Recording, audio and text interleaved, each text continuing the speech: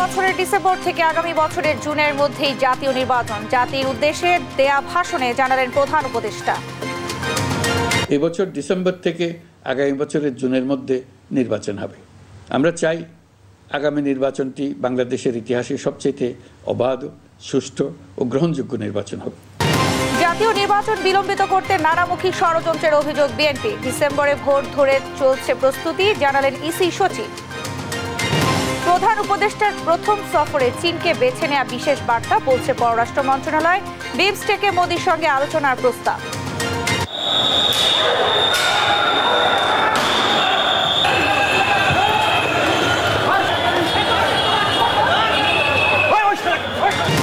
বেতন ভাতার দাবিতে আন্দোলনে শ্রমিকরা ২৭ মার্চের মধ্যে পরিষদের নির্দেশ উপদেষ্টার। বিদেশ যাত্রা নিষেধাজ্ঞা সহ ব্যবস্থার ঘোষণা। এবং ঈদ উদযাপনে আগে ভাগেই ঢাকা ছাড়ছে মানুষ। টিকিট ছাড়া প্ল্যাটফর্মে নেই কেউ, সড়ক পথেও নেই চাপ। নির্বিঘ্ন যাত্রায় খুশি যাত্রীরা। ভালোই হচ্ছে, যাচ্ছি আর আরামে এসে যাচ্ছি, ইনশাল্লাহ কোনো সমস্যা হচ্ছে না। এইবারের ঈদ যাত্রা তুলনামূলক অনেক স্বস্তির, যেহেতু আজকে মনে হচ্ছে আজকে থেকে ঈদের যাত্রাটা শুরু হচ্ছে। এই বাচ্চা আছে তো এই জন্য আগে ভাগে যাচ্ছি যাতে ভিড়টা কম হয়, তো তুলনামূলক ভিড় এবার কমই দেখতেছি। আমন্ত্রণ সংবাদ রাতে, দেখছিলেন সংবাদ শিরোনাম, সঙ্গে আছে আমি শারমিন নাসি। এবারে বিস্তারিত। এই বছরের ডিসেম্বর থেকে আগামী বছরের জুনের মধ্যে নির্বাচন হবে বলে জানিয়েছেন প্রধান উপদেষ্টা ডক্টর মোহাম্মদ ইউনূস। চীন সফরে যাবার একদিন আগে মঙ্গলবার সন্ধ্যায় দেশবাসীর উদ্দেশ্যে ভাষণে তিনি বলেন, সংস্কারের পক্ষে মত দিয়েছে প্রতিটি রাজনৈতিক দল। দেশের অর্থনীতিকে চাঙ্গা করতে চীন, আরব আমিরাত, নেপাল, ভুটান সহ বিভিন্ন দেশ শিল্পাঞ্চল গড়া সহ দ্রুততম সময়ে নতুন নতুন বিনিয়োগ আসার আশ্বাসও দেন তিনি। ভাষণে আগামী জুনের মধ্যে মূল্যস্ফীতি ৮% নিচে নামিয়ে আনার আশা প্রকাশ করেন তিনি। এ নিয়ে আরও থাকছে জান্নাতুল মোহনা রিপোর্টার। আজ ২৫শে মার্চ, মানব সভ্যতার ইতিহাসে কলঙ্কিত এক হত্যাযজ্ঞের দিন। মহান স্বাধীনতা দিবস ও ঈদ উল ফিতর উপলক্ষে মঙ্গলবার সন্ধ্যায় জাতির উদ্দেশ্যে ভাষণ দেন প্রধান উপদেষ্টা ডক্টর মোহাম্মদ ইউনূস। এ সময় তিনি দেশের ভঙ্গুর অর্থনীতির গতি বাড়িয়ে তোলায় প্রবাসীদের প্রশংসা করার পাশাপাশি অর্থ পাচারকারীদের দ্রুত আইনের আওতায় আনতে আন্তর্জাতিক তৎপরতা জোরদার করার কথা জানান। দেশের ধ্বংসপ্রাপ্ত অর্থনীতিতে স্বস্তি এনে দিয়েছে আমাদের প্রবাসী ভাই বোনেরা। ফেব্রুয়ারি মাসে রেমিটেন্স প্রবাহ রেকর্ড গড়েছে, প্রায় ২৫% বৃদ্ধি পেয়ে $২.৫ বিলিয়ন পৌঁছেছে। ফেব্রুয়ারিতে মূল্যস্ফীতি ৯.৩২% নেমে এসছে, যা ২২ মাসের মধ্যে সর্বনিম্ন। এই অর্থ পাচারকারীদের দ্রুত আইনের আওতায় নিয়ে আসার লক্ষ্যে ইতিমধ্যে আন্তর্জাতিক তৎপরতা জোরদার করা হয়েছে। দ্রুত সময়ে বিদেশি বিনিয়োগ আনার আশ্বাস দেন প্রধান উপদেষ্টা। জানান, চীন, আরব আমিরাত, নেপাল, ভুটান সহ বিভিন্ন দেশ বাংলাদেশের শিল্পাঞ্চল গড়তে আগ্রহ জানিয়েছে। ইতিমধ্যে কয়েক বিলিয়ন ডলারের প্রস্তাবও পাওয়া গেছে। প্রিয় দেশবাসী, অন্তর্বর্তী সরকার পৃথিবীর বিভিন্ন দেশের শীর্ষস্থানীয় বিনিয়োগকারীদের সঙ্গে নিয়মিত বৈঠক করে যাচ্ছে। তারা বাংলাদেশের বর্তমান ব্যবস্থায় বিনিয়োগের বিষয়ে খুবই আগ্রহী। আশা করছি দ্রুততম সময়ে দেশের নতুন নতুন বিদেশি বিনিয়োগ আপনারা দেখতে পাবেন। মধ্যে DP world, Singapore PSA, AP Moller Maersk কয়েক বিলিয়ন ডলারের বিনিয়োগের প্রস্তাব করেছে। সংযুক্ত আরব আমিরাতকে আমাদের দেশে শিল্প কারখানা গড়ে তোলার জন্য একটি শিল্পাঞ্চল করার প্রস্তাব দিয়েছে। তারা এই বিষয়ে আগ্রহ জানিয়েছে। গুজব ছড়িয়ে জুলাই অভ্যুত্থান ব্যর্থ করার ষড়যন্ত্র চলছে বলেও জানান তিনি। অন্তর্বর্তী সরকার দায়িত্ব নেবার পর থেকেই গণমাধ্যম ও সোশ্যাল মিডিয়ায় গুজবের যেন এক মহোৎসব চলছে। দেশকে অস্থিতিশীল করার জন্য একের পর এক মিথ্যা তথ্য ছড়িয়ে দিয়ে জনগণকে বিভ্রান্ত করার চেষ্টা চলছে। এক ছবির সঙ্গে অন্য ছবি জুড়ে দেওয়া হচ্ছে, ঘটনা একটা, ছবি আরেকটা। এরকম ফটোকার্ড বানিয়ে অন্য দেশের ঘটনাকে এ দেশের ঘটনা হিসেবে চালিয়ে দিয়ে সোশ্যাল মিডিয়ায় তোলপাড় করে ফেলছে। যতই নির্বাচন কাছে আসবে এর রূপ আরও ভয়ঙ্কর হতে থাকবে। কারা এর পেছনে আছে, কেন আছে, তা আপনাদের সবারই জানা আছে। এছাড়া চলতি বছরের ডিসেম্বর থেকে আগামী বছরের জুনের মধ্যে নির্বাচন অনুষ্ঠিত হবে উল্লেখ করে প্রধান উপদেষ্টা বলেন, সংস্কারের পক্ষে মত দিচ্ছেন প্রতিটি রাজনৈতিক দল। এবছর ডিসেম্বর থেকে আগামী বছরের জুনের মধ্যে নির্বাচন হবে। আমরা চাই আগামী নির্বাচনটি বাংলাদেশের ইতিহাসে সবচেয়ে অবাধ, সুষ্ঠু ও গ্রহণযোগ্য নির্বাচন হবে। দেশের রাজনৈতিক দলগুলো খুবই ইতিবাচকভাবে সংস্কার কাজে সাড়া দিয়েছেন। তাদের মতামত তুলে ধরছেন। কোন রাজনৈতিক দল কোন কোন সংস্কার প্রস্তাবে একমত হয়েছেন, কোনটিতে দ্বিমত হয়েছেন, সেসব তারা জানাচ্ছেন। এটা আমাদের জাতির জন্য অত্যন্ত সুখকর বিষয় যে প্রতিটি রাজনৈতিক দল সংস্কারের পক্ষে মত দিচ্ছেন। এদিকে এবার হজ যাত্রা সহজ করতে বিশেষ অ্যাপ চালুর বিষয়টিও ভাষণে তুলে ধরেন প্রধান উপদেষ্টা। সবশেষে দেশবাসীর নির্বিঘ্নে ঈদ আনন্দ উদযাপনের প্রত্যাশা জানিয়ে শুভেচ্ছা জানান সরকার প্রধান। অবস্থান থেকে জান্নাতুল মোহনা, দেশ টিভি, ঢাকা। কিছু কিছু দল বা কোনো গোষ্ঠী ৭১কে কোনো ঘটনাই মনে করছে না মন্তব্য করে বিএনপি মহাসচিব মির্জা ফখরুল ইসলাম আলমগীর বলেছেন, মুক্তিযুদ্ধে জিয়াউর রহমানের অবদান নিয়ে যারা প্রশ্ন তুলছে তারা ধৃষ্টতা দেখাচ্ছে। তিনি আরো বলেন, নতুন করে দেশে নির্বাচন পিছিয়ে দেওয়ার ষড়যন্ত্র শুরু হয়েছে। বিস্তারিত প্রতিবেদনে। মঙ্গলবার সকালে রমনা ইঞ্জিনিয়ারিং ইনস্টিটিউশনে বিএনপি আয়োজন করে স্বাধীনতা দিবস উপলক্ষে আলোচনা সভার। আলোচনায় অংশগ্রহণ করেন দেশের বরেণ্য শিক্ষাবিদ ও বিএনপির বিভিন্ন পর্যায়ের নেতারা। একই অনুষ্ঠানে উপস্থিত হয়ে বিএনপির স্থায়ী কমিটির সদস্য আমির খুসরো মাহমুদ চৌধুরী বলেন, শেখ হাসিনা এক ধরনের প্রকল্পের মধ্য দিয়ে ক্ষমতায় এসেছিল, আবারও সেই রকম প্রকল্প লক্ষ্য করা যাচ্ছে। তবে এবার বিএনপিকে ক্ষমতায় যাওয়া থেকে আটকানোর প্রকল্প। তারা নির্বাচনী প্রক্রিয়াকে বাধাগ্রস্ত করতে চাচ্ছে না, তারা গণতন্ত্রের ভোটে নির্বাচিত সরকারকে বাধাগ্রস্ত করার চেষ্টা করছে না। তারা চেষ্টা করছে বাংলাদেশের সবচেয়ে জনপ্রিয় দল বিএনপি যাতে ক্ষমতায় না আসে সেই চেষ্টায় তারা এখন ব্যস্ত হয়ে গেছে। আর স্থায়ী কমিটির সদস্য খন্দকার মোশাররফ হোসেন বলেন, সংস্কার ও স্থানীয় সরকারকে উসিলা বানিয়ে জাতীয় নির্বাচনকে বিলম্বিত করার ষড়যন্ত্র শুরু করেছে। সন্দেহ পোষণ করছে জনগণ যে এ নিয়ে ষড়যন্ত্র হচ্ছে। আমরা বলতে চাই যে নানাভাবে উসিলা সৃষ্টি করা হচ্ছে, যেমন নির্বাচনের আগেই কেউ কেউ চাচ্ছেন সংস্কার সাধন শেষ করে তারপরে নির্বাচন হবে। পরে সভাপতির বক্তব্যে বিএনপি মহাসচিব মির্জা ফখরুল ইসলাম বলেন, নতুন করে দেশে ষড়যন্ত্র শুরু হয়েছে নির্বাচনকে পিছিয়ে দেওয়ার। সোশ্যাল মিডিয়ায় নানা অপপ্রচারের মাধ্যমে নৈরাজ্য সৃষ্টি করা হচ্ছে বলেও সতর্ক করেন তিনি। কখনোই গণতন্ত্র বিশ্বাস করত না, আওয়ামী লীগ সবসময় গণতন্ত্রকে ধ্বংস করেছে।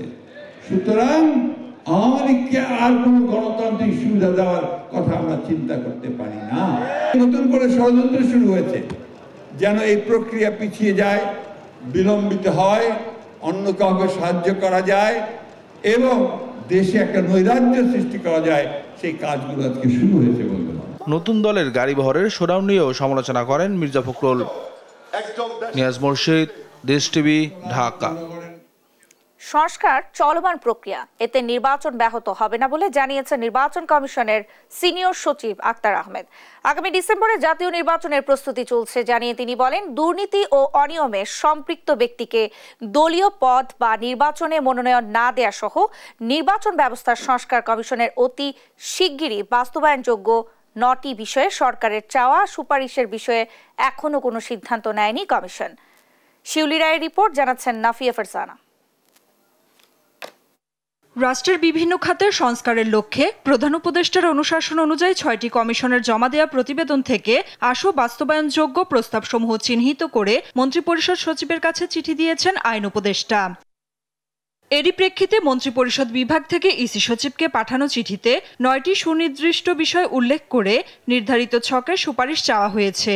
তবে এ নিয়ে কমিশন এখনো চূড়ান্ত কোনো সিদ্ধান্ত নেয়নি বলে জানান ইসি সচিব। 9টা বিষয়ের উপরে আমাদের প্রস্তাব সময়ের উপরে আমাদের মতামত চাওয়া হয়েছে। আমরা যত দ্রুত সম্ভব এটাকে আমাদের এখানকার সুপারিশগুলো সন্নিবেশ করে পাঠাতে পারবে। সংস্কার চলমান প্রক্রিয়া, এতে জাতীয় নির্বাচন ব্যাহত হবে না বলেও জানান তিনি।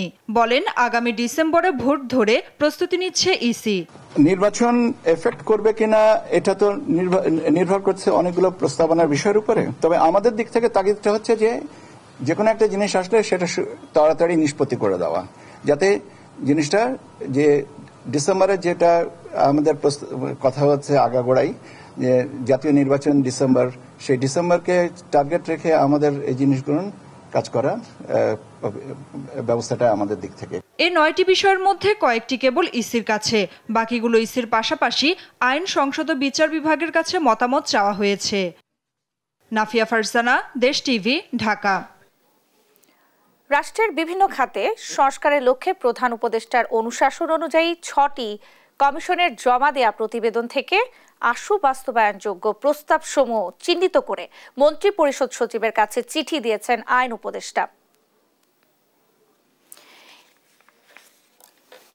উজ্জ্বল রায় নামে এক ব্যক্তি নিজেকে সভাপতি দাবি করে আওয়ামী লীগ নামে রাজনৈতিক দলের নিবন্ধন আবেদন দিয়েছেন। আবেদনে উল্লেখ আছে, দলটির কেন্দ্রীয় কমিটি গঠন হয়েছে গেল 24 মার্চ। এই কমিটির মেয়াদ শেষ আগামী 20 এপ্রিল এবং দলের প্রতীক নৌকা বা ইলিশ। এই আবেদন প্রসঙ্গে অতিরিক্ত সচিব KM আলী নওয়াজ বলেন, আইনগত দিক পর্যালোচনা করে সিদ্ধান্ত নেওয়া হবে। উজ্জ্বল রায় নামে আবেদনকারী আওয়ামী লীগ নামের নতুন একটি রাজনৈতিক দল নিবন্ধনের জন্য নির্বাচন কমিশন সচিবালয়ে একটি আবেদন দাখিল করেছে। আমরা নির্বাচন কমিশনের যতটুকু এখতিয়ার আছে আইনগতভাবে ততটুকু এখতিয়ার আমরা খুঁজিয়ে দেখে পরীক্ষা নিরীক্ষান্তে আমরা পরবর্তীতে এ বিষয়ে একটা সিদ্ধান্ত দিতে পারবো। জাতীয় পার্টির চেয়ারম্যান ও মহাসচিব পরিবর্তনের আবেদন করেছে জানিয়ে তিনি বলেন, এর যৌক্তিকতা খতিয়ে দেখা হবে। জাতীয় পার্টির অনুকূলে চেয়ারম্যান হিসেবে বেগম রওশন এরশাদ এবং মহাসচিব হিসেবে কাজী মোহাম্মদ মামুনুর রশিদের নাম অন্তর্ভুক্তকরণ সম্পর্কিত একটি আবেদন বাংলাদেশ নির্বাচন কমিশনে জমা হয়েছে। আবেদনকারী কাজী মোহাম্মদ মামুনুর রশিদ এবং তিনি নিজেকে মহাসচিব হিসেবে আবেদন করেছেন। এদিকে জাতীয় নাগরিক পার্টির সংক্ষিপ্ত নাম নিয়ে নির্বাচন কমিশনে আপত্তি জানিয়েছে বাংলাদেশ সিটিজেন পার্টির মহাসচিব ব্যারিস্টার শাহরিয়ার খান আবির। সম্প্রতি নির্বাচন কমিশনে এই সংক্রান্ত চিঠি দেওয়া হয়েছে। জাতীয় নাগরিক পার্টি, সুতরাং এর অ্যাব্রিভিয়েশন হওয়া উচিত JNP। তারেক মাহমুদ সুজন, দেশ টিভি, ঢাকা। বিমস্টেক শীর্ষ সম্মেলনে ভারতের প্রধানমন্ত্রীর সঙ্গে বৈঠকের জন্য প্রস্তুত বাংলাদেশ। এই নিয়ে দিল্লির উত্তরের অপেক্ষায় ঢাকা, জানিয়েছেন পররাষ্ট্র সচিব জসিমউদ্দিন। দুপুরে পররাষ্ট্র মন্ত্রণালয়ের প্রধান উপদেষ্টার আসন্ন চীন ও থাইল্যান্ড সফর উপলক্ষে সংবাদ সম্মেলনে তিনি বলেন, প্রধান উপদেষ্টা দুটি সফরই গুরুত্বপূর্ণ, তবে প্রথম সফর হিসেবে চীনকে বেছে নেওয়া একটি বিশেষ বার্তা। আরও জানাচ্ছেন জান্নাতুল মোহনা। মঙ্গলবার দুপুরে পররাষ্ট্র মন্ত্রণালয়ের প্রধান উপদেষ্টার আসন্ন চীন ও থাইল্যান্ড সফর উপলক্ষে সংবাদ সম্মেলন করে পররাষ্ট্র মন্ত্রণালয়। এ সময় সাংবাদিকদের সাথে মত বিনিময় ও তাদের প্রশ্নের উত্তর দেন পররাষ্ট্র সচিব মোহাম্মদ জসিমউদ্দিন। বিমস্টেকে ভারত সরকার প্রধানের সঙ্গে প্রধান উপদেষ্টার বৈঠক হবে কিনা জানতে চাইলে পররাষ্ট্র সচিব জানান, বাংলাদেশ বৈঠকের জন্য প্রস্তুত। ভারত থেকে ইতিবাচক সাড়ার অপেক্ষায় পররাষ্ট্র মন্ত্রণালয়। ভারতের সাথে আমাদের সম্পর্কের যে বর্তমান প্রেক্ষাপট, সেই প্রেক্ষাপটের প্রেক্ষিতে এই বৈঠকটিকে আমরা গুরুত্ব দিয়ে দেখছি এবং আমরা আশা করি যে বৈঠকটি যদি অনুষ্ঠিত হয় তাহলে আমাদের দ্বিপাক্ষিক সম্পর্কে যে সৃষ্ট স্থবিরতা সেটা কেটে যাওয়ার সম্ভাবনা আছে। আমাদের দিক থেকে আমরা বলতে পারি যে আমরা এই বৈঠকের জন্যই প্রস্তুত আছি এবং ভারতের দিক থেকে আমরা একটা ইতিবাচক উত্তরের অপেক্ষায় আছি। এ সময় চীন সফর নিয়ে তিনি বলেন, শি জিনপিং এর সাথে প্রধান উপদেষ্টার বৈঠকে বাণিজ্য, বিনিয়োগ, চিকিৎসা ও রোহিঙ্গা সমস্যা সমাধান সহ দুই দেশের স্বার্থ সংশ্লিষ্ট বেশ কিছু বিষয়ে আলোচনা হতে পারে। পরদিন 28 মার্চ সকালে মাননীয় প্রধান উপদেষ্টা চীনের গ্রেট হলে চীনের মহামান্য রাষ্ট্রপতি শি জিনপিং এর সাথে একটি দ্বিপাক্ষিক বৈঠকে মিলিত হবেন। এখানে বাংলাদেশ এবং চীনের মধ্যে বিভিন্ন দ্বিপাক্ষিক ইস্যু, তার মধ্যে বাণিজ্য আছে, বিনিয়োগ আছে, কৃষি অবকাঠামো, নবায়নযোগ্য জ্বালানি খাতে সহায়তা এবং রোহিঙ্গা সমস্যার সমাধান সহ দুই দেশের পারস্পরিক স্বার্থ সংশ্লিষ্ট সার্বিক বিষয় নিয়ে আলাপ আলোচনা হবে বলে আমরা আশা করছি। এছাড়াও ওয়াও ফোরামে প্রধান উপদেষ্টা তার জিরো ভিশন বিশ্ব দরবারে উপস্থাপন করবেন বলেও জানান পররাষ্ট্র সচিব। জান্নাতুল মোহনা, দেশ টিভি, ঢাকা। আগামী 27 মার্চের মধ্যে শ্রমিকদের বেতন ভাতা পরিশোধ না করলে কারখানা মালিকের বিরুদ্ধে আইনি পদক্ষেপ নেওয়ার হুঁশিয়ারি দিয়েছেন শ্রম ও কর্মসংস্থান উপদেষ্টা ডক্টর এম সাখাওয়াত হোসেন। শ্রমিকদের বেতন বোনাস পরিশোধ না করে শিল্প মালিকের বিদেশ যাত্রা নিষেধাজ্ঞা দেওয়ার কথাও জানান তিনি। তৌফিক মাহমুদ মুন্নার প্রতিবেদন, জানাচ্ছেন নাফিয়া ফারসানা। 3 মাসের বকেয়া বেতন, ঈদ বোনাস, মাতৃত্বকালীন ছুটির টাকা এবং সার্ভিস বেনিফিট সহ সব পাওনা পরিশোধের দাবিতে মঙ্গলবার প্রেস ক্লাবের সামনে তৃতীয় দিনের মতো আন্দোলনে নামে শ্রমিকরা। বেলা 11:15টার দিকে মিছিল নিয়ে সচিবালয়ের দিকে যেতে চাইলে বাধা দেয় পুলিশ। এ সময় দুপক্ষের মধ্যে ধাওয়া পাল্টা ধাওয়া ঘটে। পরে টিয়ার শেল ও সাউন্ড গ্রেনেড নিক্ষেপ করে শ্রমিকদের ছত্রভঙ্গ করে দেয় পুলিশ।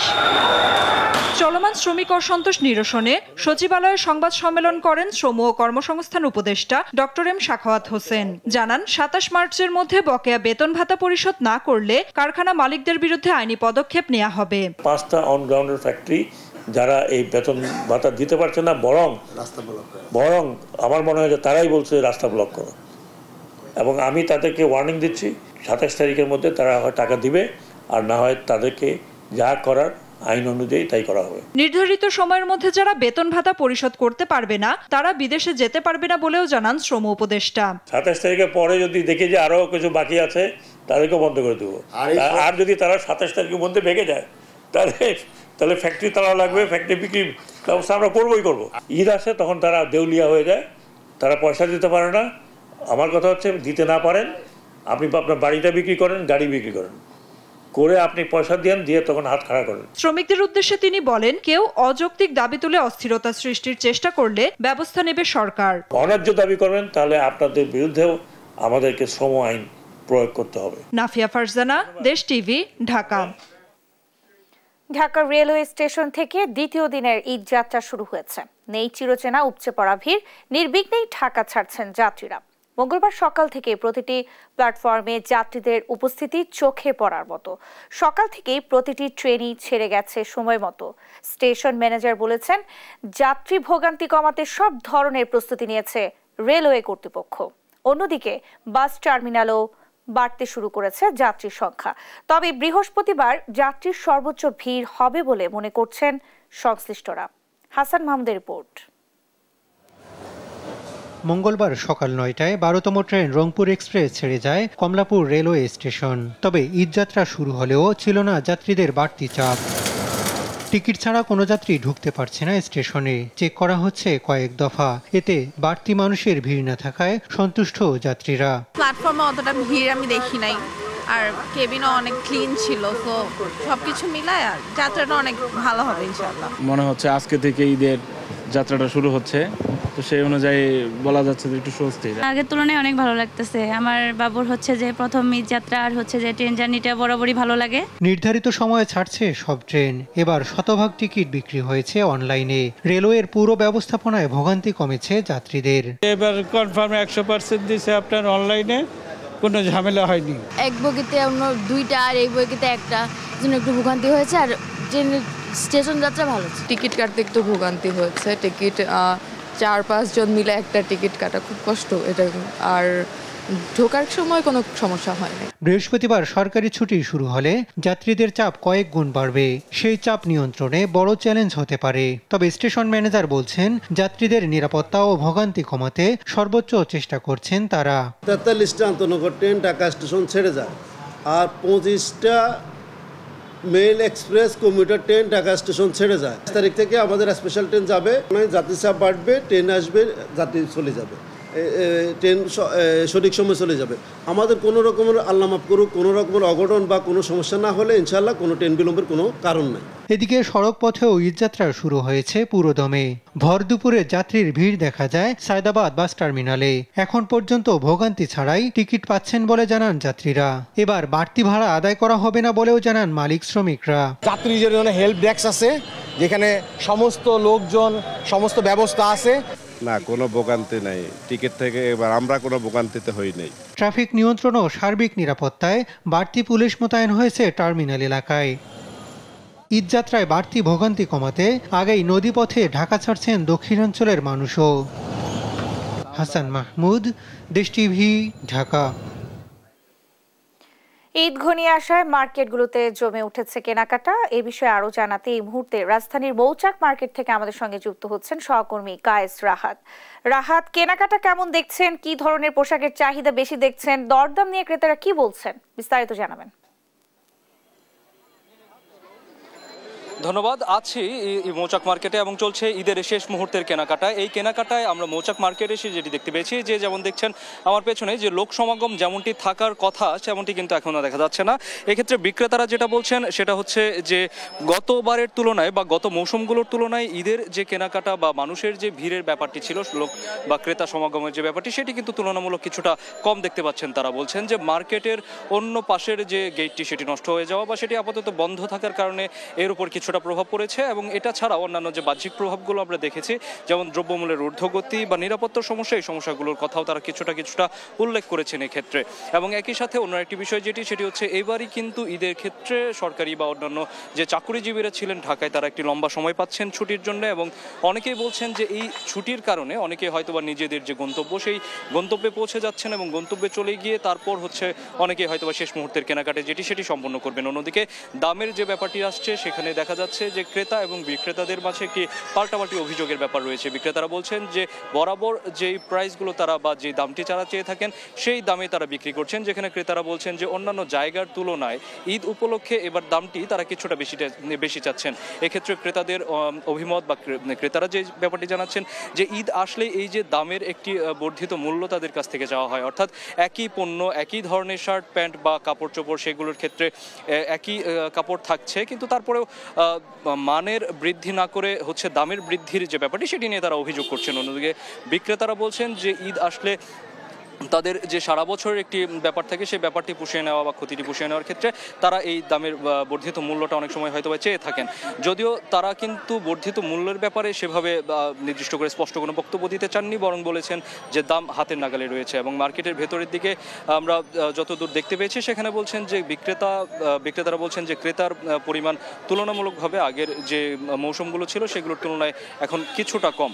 অন্যদিকে আমরা দেখতে পেয়েছি এখানে এসে যে মেয়েদের যে জামা কাপড়গুলো রয়েছে থ্রি পিস বা এই ধরনের যে কাপড়গুলো সেগুলোর চাহিদাই কিন্তু এখানে এসে আমরা বেশি দেখতে পাচ্ছি। অন্যদিকে ছেলেদের যে জামা কাপড় এইগুলোর দিকেও মোটামুটি চাহিদা রয়েছে, জামা প্যান্ট জুতো এগুলোর চাহিদা বরাবরের মতোই রয়ে গিয়েছে। একই সাথে আমরা মেয়েদের অর্নামেন্টসের প্রতি বরাবর ঈদে যে চাহিদাগুলো দেখা যায় সেই চাহিদাগুলো কিন্তু এবার কিছুটা কম আমরা এখানে দেখতে পেয়েছি। অর্থাৎ অর্নামেন্টসের দোকানিরা যারা রয়েছেন তারা বলেছেন যে পোশাকের চাহিদা সাথে এবারের চাহিদা হচ্ছে কিছুটা কমে গিয়েছে। অন্যদিকে তো ঈদের এই পুরো ব্যাপারটি নিয়ে বা শেষ মুহূর্তের এই কেনাকাটা নিয়ে যদি বলি তাহলে এটুকু বলা যাচ্ছে যে ঈদের কেনাকাটায় যে উপচে পড়া ভিড় আমরা বরাবর গত বছরগুলোতে দেখে আসছি সেই ভিড় এবারে ততটা হয়তো বা দেখতে পাচ্ছি না। তবে বিক্রেতারা বলছেন যে সময় আরেকটু ঘনিয়ে এলে বা সময় আরেকটু গেলে হয়তোবা এই ক্রেতার ভিড়টা বাড়বে, একই সাথে রাত যত বাড়বে হয়তোবা ক্রেতার ভিড়টা তত বাড়বে। ঠিক এই সময়ে ক্রেতার ভিড়টা কিছুটা কম, বাকি সকল বিষয় বা নিরাপত্তা নিয়ে তাদের ভিতরে একটি সন্তুষ্টি কাজ করছে। ঈদ কেনাকাটা নিয়ে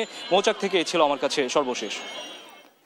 ঢাকায় আনা হচ্ছে ক্রিকেটার তামিম ইকবালকে। সন্ধ্যা 7টার দিকে ঢাকার এভার কেয়ার হাসপাতালের উদ্দেশ্যে তাকে নিয়ে রওনা দেওয়া হয় সাভার কেপিজি হাসপাতাল থেকে। এ বিষয়ে জানাতে সরাসরি যুক্ত হচ্ছেন সহকর্মী রিফাত আঞ্জুম। রিফাত, তামিম ঢাকায় পৌঁছেছেন কিনা এবং সেখানে তার চিকিৎসার প্রস্তুতি কেমন দেখছেন, বিস্তারিত জানাবেন। আপনি যেমনটা বলছিলেন যে তামিম ইকবালকে ঢাকায় নিয়ে আসা হয়েছে সাভার থেকে। কিছুক্ষণ আগে তামিম ইকবালকে বহনকারী যে অ্যাম্বুলেন্স সেটি প্রবেশ করেছে এখানে। আমরা দেখতে পেয়েছি খুব কঠোর নিরাপত্তার মধ্য দিয়ে আসলে এভার কেয়ার হাসপাতালে নিয়ে আসা হয়েছে। সকালবেলা যখন চিকিৎসকরা যখন জানিয়েছিল যে তামিম ইকবালকে পর্যবেক্ষণ রাখা হবে বা পরবর্তীতে কোনো সিদ্ধান্ত আসলে সেটা জানিয়ে দেওয়া হবে, সেই দুপুরের দিকে কিছু সিদ্ধান্ত জানিয়ে দেওয়া হয়েছে যে তামিম ইকবালকে উন্নত চিকিৎসার জন্য এভার কেয়ার হাসপাতালে আনা হবে। এবং কিছুক্ষণ আগে তামিম ইকবালকে বহনকারী অ্যাম্বুলেন্সটি এখানে প্রবেশ করেছে। তার সাথে তার পরিবারের যারা সদস্য তারা ছিলেন, তার সহধর্মী নিয়ে তার চাচা আকরাম খান সহ সবাই ছিল। এবং তামিম ইকবালকে দেখার জন্য কিন্তু ইতিমধ্যে এই হাসপাতালে তিনি আসার আগে কিন্তু বাংলাদেশ দলের যে অধিনায়ক নাজমুল হোসেন শান্ত, লিটন দাস তারা কিন্তু হাসপাতালে প্রবেশ করেছেন তার তাকে দেখার জন্য। এবং চিকিৎসা ব্যবস্থার কথা যেটা বলা হচ্ছিল যেটা বলছিলেন যে আসলে উন্নত চিকিৎসার জন্য কিন্তু এখানে নিয়ে আসা হয়েছে। এভার কেয়ার থেকে সাভারে সেই যে হাসপাতাল থেকে ভর্তি করা হয়েছে কেপিজি হাসপাতাল, সেই দিক দিয়ে চিন্তা করলে এখানে হয়তো বা তামিম ইকবাল উন্নত চিকিৎসা পাবেন। তো এখন পর্যন্ত যতটুকু জানা গেছে যে ভিতরে তাকে সব প্রসিডিউর মেনটেন করে তাকে আসলে ভর্তি করা হবে এবং পরবর্তী চিকিৎসা চালিয়ে যাওয়া হবে। এবং রাত 10টার দিকে যে ক্রীড়া উপদেষ্টা আসিফ মাহমুদ সজীব ভুঁইয়া তার আসার কথা রয়েছে, তিনি এসে তামিম ইকবালকে দেখে যাবেন এবং পরবর্তীতে আর কোনো সংবাদ আসলে আমরা জানিয়ে দেব। রিফাত, আপনাকে ধন্যবাদ। দর্শক, আমাদের সঙ্গে যুক্ত হয়েছিলেন রিফাত আঞ্জুম।